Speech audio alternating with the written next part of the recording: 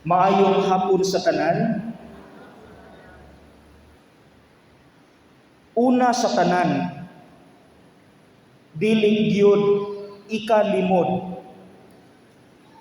Walay exempted. Kitang tanan makasasala.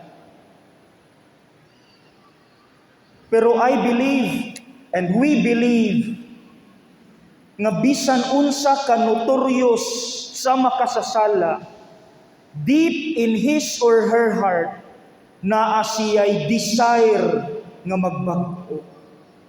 And I believe naa pud na nato nga bisan unsa na nato kahumol sa sala nga atong ginahimo, deep inside gusto tang magbago. If that's the case, then mga igsuon, ang ebanghelyo makatabang nato karon.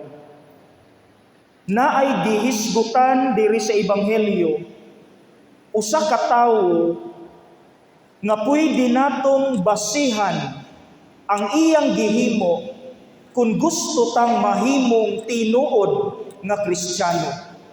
Kinsa gani siya? Zacchaeus. Sa in English, Zacchaeus. Naay tulo ka buok gibuhat ni Zacchaeus nga pwede natong tan-awon atong kaugalingon kung kumusta ta dihang dapita. So samtang nagyaw-yaw ko, palihog ko, tan-awa ang kaugalingon. Naigog ba ka sa number 1, number 2, and number 3? Okay? Sige. Let's begin with number 1. Unsa ang tinuod na Kristiyano nga gipakita ni Zacchaeus?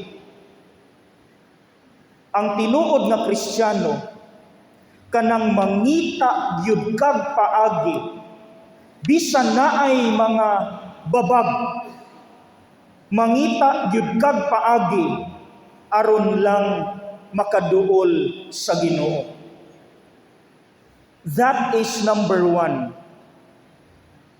Mangita gyud kag paagi bisan pa naay mga babag, hindrances aron lang makaduol sa Ginoo. Now asa man nato makita kang Zacchaeus, gusto siyang makakita sa Ginoo. Pero unsay problema, unsay hindrance, unsay babag ni Zacchaeus? Siya mubo nga tawo. Mubo, putot. So bisan unsaon niya kinto, di gyud niya makita si Kristo nga milabay tungod kay mubo kay siya. Siguro mangingon ani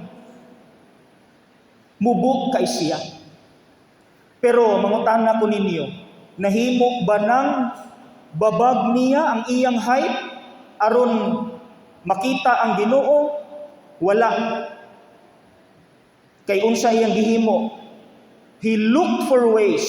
Unsa iyang gihimo nga pamaagi just to see the Lord. Ni kat siyag kahoy. That is number 1. Kung gusto tang mahimong tinuod nga Kristiyano, bisan pag naay mga pagsulay, mangita tag paagi aron lang makakita ug makaampo sa Ginoo. Before ko mo padayon, mangutana ko ninyo, muratag ga recollection ha? Muratag ga recollection karon. Mangutana ko ninyo, naka-experience mo anang number 1? Nga naay hindrance, naay babag, and yet imog yung gipangitaag paagi aron lang makasimba. Katry mo ana. Congratulations. Na ako'y example nga na-inspire kay ko. Dugay na ning nahitabo. So wala pa ko madisgrasya na ako'y motor. Human ko na disgrasya, never dili na gyud ko mo drive og motor hangtod karon.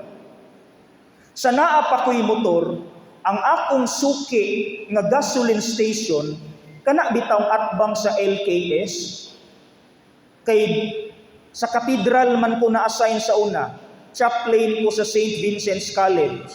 Maoy duol nga gasoline station, di ba? Kanang duol sa katedral. 24 hours man na siya sa una. Nakaila ang mga gasoline boy nako. So ako po, nakaila na po nila. Usa ka adlaw ni ana, natandog kay ko. Samtang gatubil ko sa motor, gapaabot nga mapuno ang akong tangke, niingon ang gasoline boy,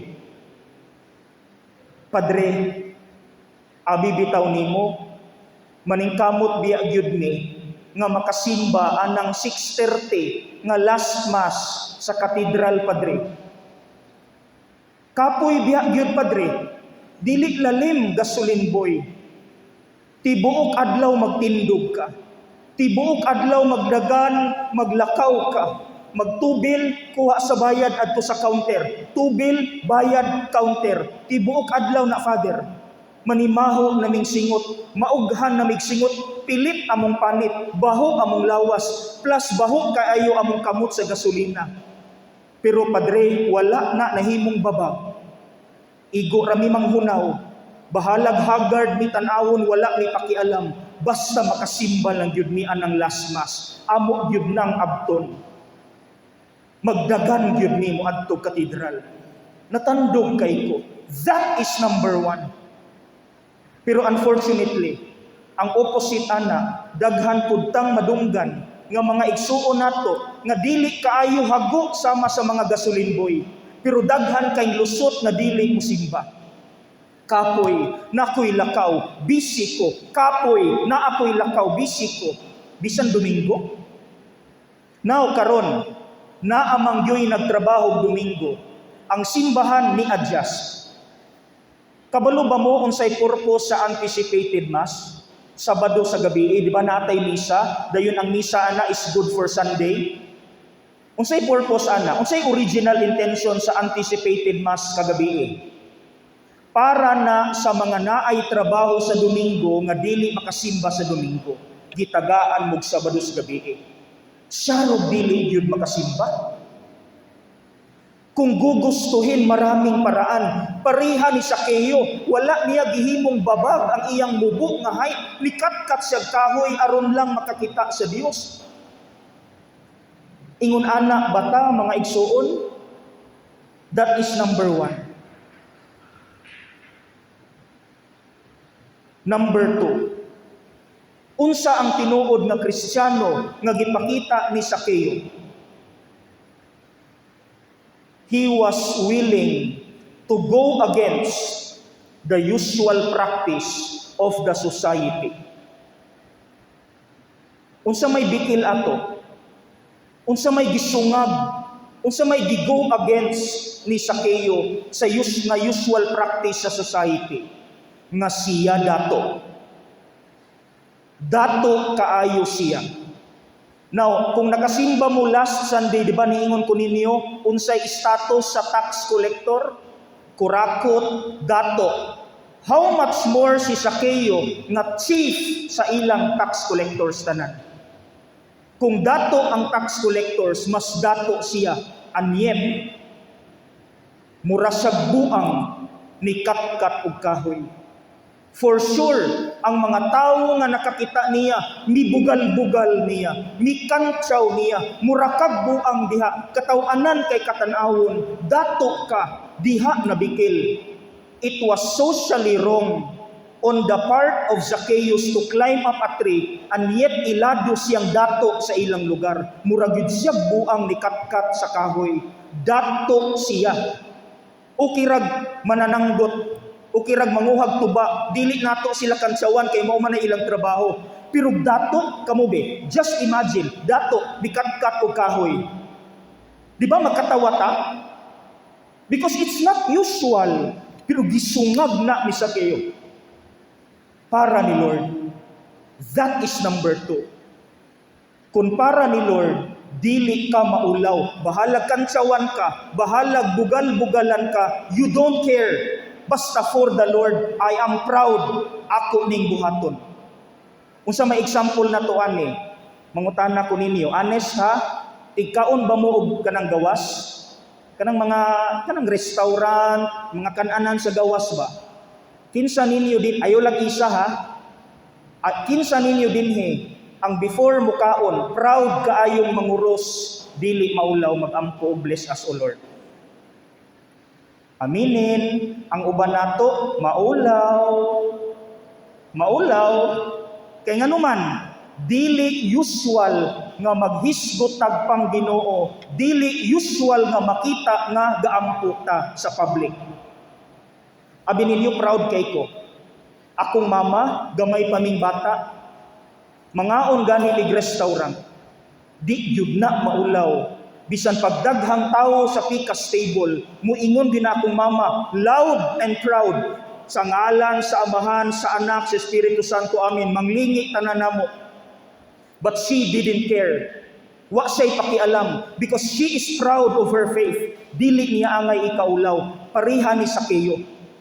Bisag dato siya, dili unta angayan nga usa ka dato mukatkat sa kahoy murag buang.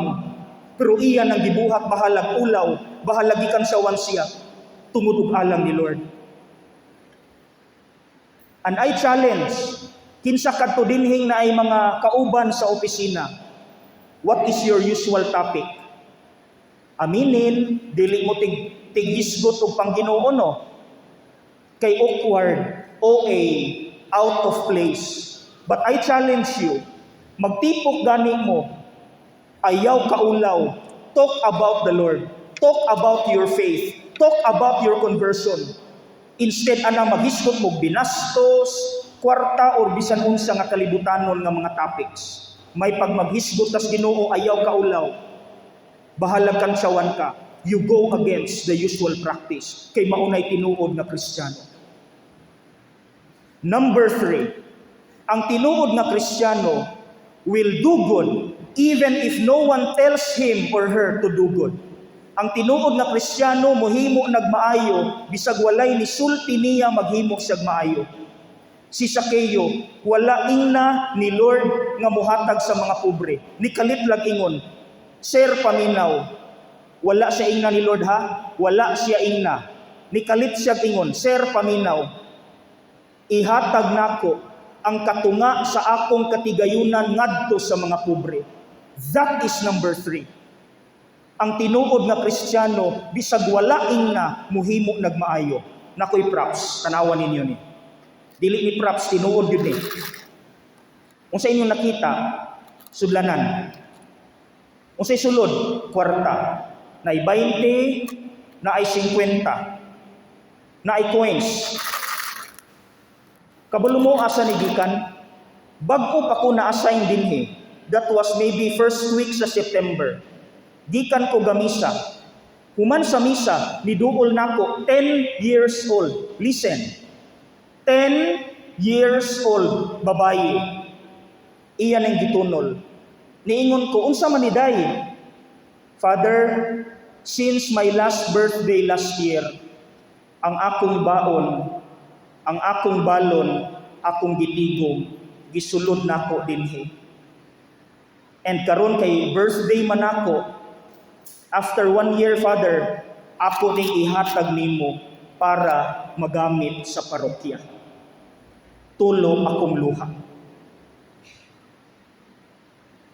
Paminaw, 10 years old.